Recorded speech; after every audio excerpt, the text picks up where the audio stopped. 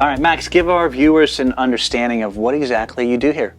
Well, ultimately, we're a unique shop of a culmination of everything from dealing with vintage vehicles to dealing with modern technology and servicing everyday cars as well. But the emphasis is dealing with European cars, but really higher end aspects.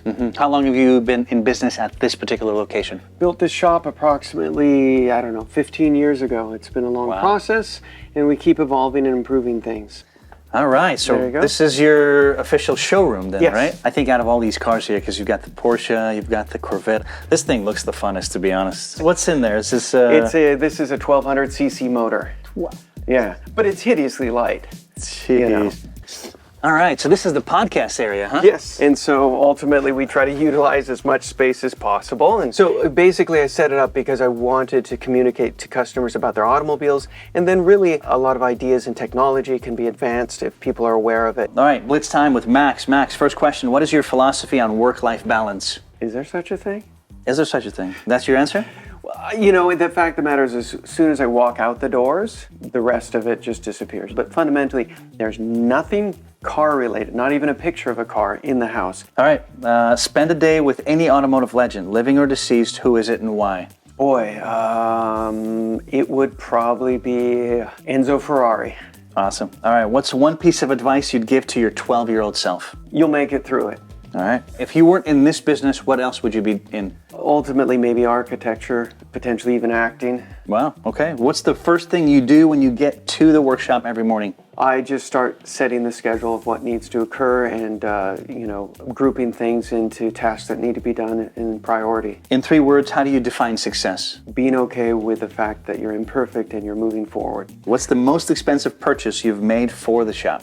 Probably buying a Tesla. What's the most expensive splurge on yourself other than cars? Cars. That's it.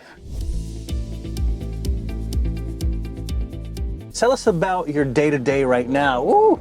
Tesla, instant torque, I love it. What's your day-to-day look like right now, Max, as opposed to when it was years ago? You know, I try to be in the office by 4:30 in the morning because I'm dealing with items, that are on the East Coast or communicating with people, emails and so forth, and I'm not interrupted by the normal course of day-to-day. So it allows me to, really dive into it, set the schedules. I try to do some research. A lot of times I'll watch some educational videos and so forth. As the day progresses, we have a 7:30 meeting where we go over some key things that with all employees. We communicate about things, changes, updates, and so forth. And along with that, then we continue with the tasks. I mean, it's you actually perform service on cars as well yourself? Or? Fundamentally, what I do is I do diagnosis. Gotcha. So a lot of times I'll review tests and so forth, and I'll give my dissertation of what problems might be present, and then maybe continue the work orders so the technician can inspect further things. And, with experience, I don't necessarily have to lay hands on something, but it's knowing, sort of case studies of what are common failures, or, being able to extrapolate the information and what that may mean in a repair. Gotcha. When do you call it a day? On average?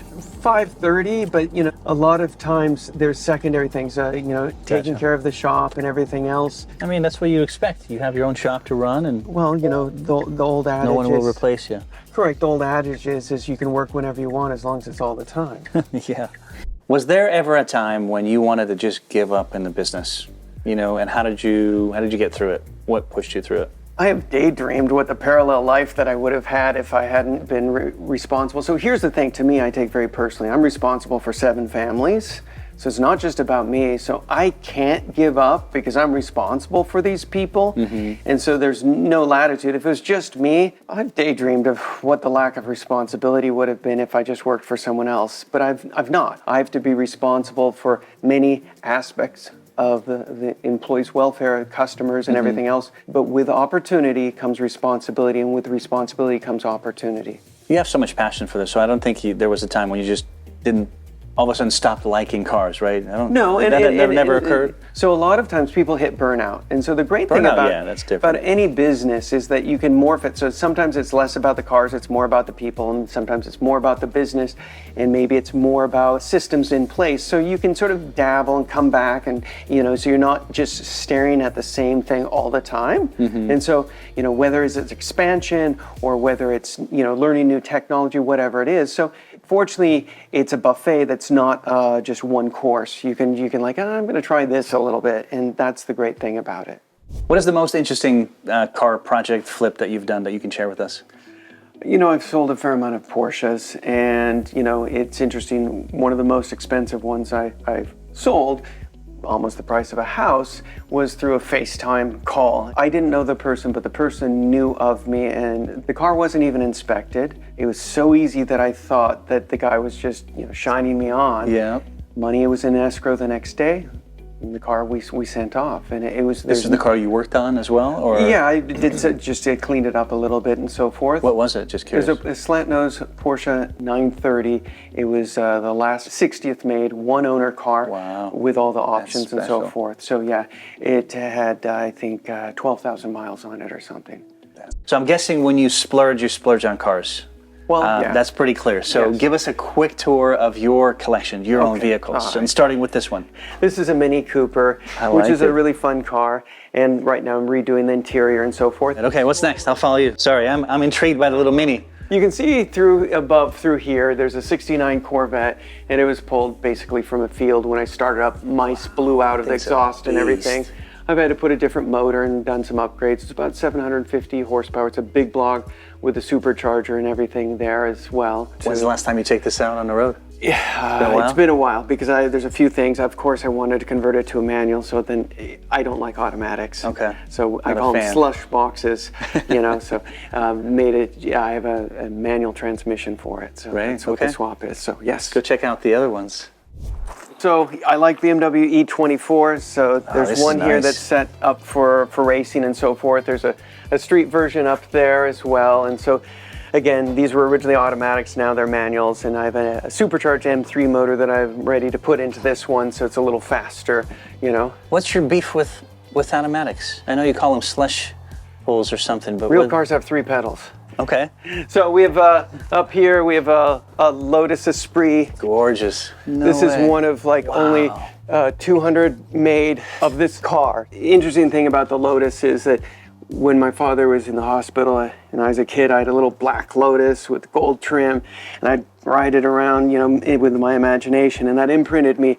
So later in life, I wanted to get one. So that was a really great thing.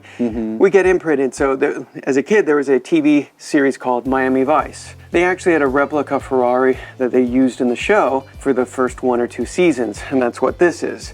No way. So this is actually based off a Corvette, and this is what they would use in the Miami Vice series. Top comes down, works everything as usual. You have one of the most clean shops that I've ever seen. So talk to us about the systems that you have in place to keep it so, and anything else. Well, really, it just takes a dedicated effort to keep things clean. That's a starting point. But if you have processes remove chaos. And, each car that comes in, there's a number that's associated with it. The parts incoming are in a bin with that said number. The work order has that number. Any parts that are removed go into one of the connexes in the tote with the number on it. If any parts are sent out, it has an associated number with it. So, a lot of times we deal with 2 of the same cars, and so we have to separate that. The other aspect of it as well is making sure that we've taken the time with vendors to organize any of the fasteners, things like that, and really just, it takes a lot of time. There's no substitute for organization, but when it's all said and done, it removes the stress from the experience and allows a better and more consistent product. And it's not just you, right, Max? Your team obviously is on the same page as a company as a whole. Everybody keeps it organized, everybody keeps things clean. It reminds me of lean manufacturing, Kaizen. Is that something you've heard of before? Yeah, and many of those practices we try to engage with, and of course we've had to tweak everything ourselves, actually working on a software for organization of it. I've started another company to do that. That's far more engaged, that allows you to operate with your phone and look at tools and have the information and everything else that's part of that. With over 3 decades in the business. You've got 78 reviews. They're phenomenal reviews, by the way. But the question I have is why so little? Let's talk about getting reviews, the importance of it, and what does that look like for your business? So really the reviews we get are word of mouth, and I haven't put a lot of emphasis on it. We've never advertised. We don't really do anything. It's the first time that we've been engaged to doing marketing, which is just pictures and videos and such. But you know, in a small community or in an industry where there's few people that do the craft that you do, they're going to find out. A lot of times people come here and visit us before they bring a car. Yeah, and develop that rapport. You know, for a lot of people, this is like their little baby. And you're not going to take your child to a daycare that just had good reviews. You're going to check it out and make sure it's vetted. I think also a lot of times people spend a lot of times on the external. You really should always be perfecting your craft, you know, and that's a big thing. I'd rather take the time and make the shop a little more organized, that experience for the customer, than just reviews. You know, you can always make this better. The first will lead to the other. Correct, right? yeah. We've been blessed that we've never marketed, you know, and you know, word of mouth. That's the best form of marketing. And, you know, we live in a rural area. You'll find that demographically, in terms of using different resources to find things, is generally 10 years behind. So it's interesting, the engagement with people is different if you look at the demographics of it than it is if you go to a large metropolitan city. But again, we deal with very niche stuff. People are going to do their research and they're going to find out, they're going to ask, they're going to see another car like that and so forth. So it is unique in that way. So you've spent some time with the head of Lamborghini, Jay Leno, Adam Carolla, right? How did you get these connections? How did you build these networks? What's your advice for entrepreneurs that need to go out and build a network? I would say that it's just about putting yourself in a position where those opportunities occur. Don't be afraid to ask, and being gracious about it. There was an event that I was at, and I didn't have the credentials to enter into it, and I'm like, hey, can I just take a look at the cars that are in there? And the person, I was joking, like, it'd be awesome if you could do that because you're an awesome person. And they let me go in there, and I came back. I said, I'll just be there 5 minutes. They said, cool.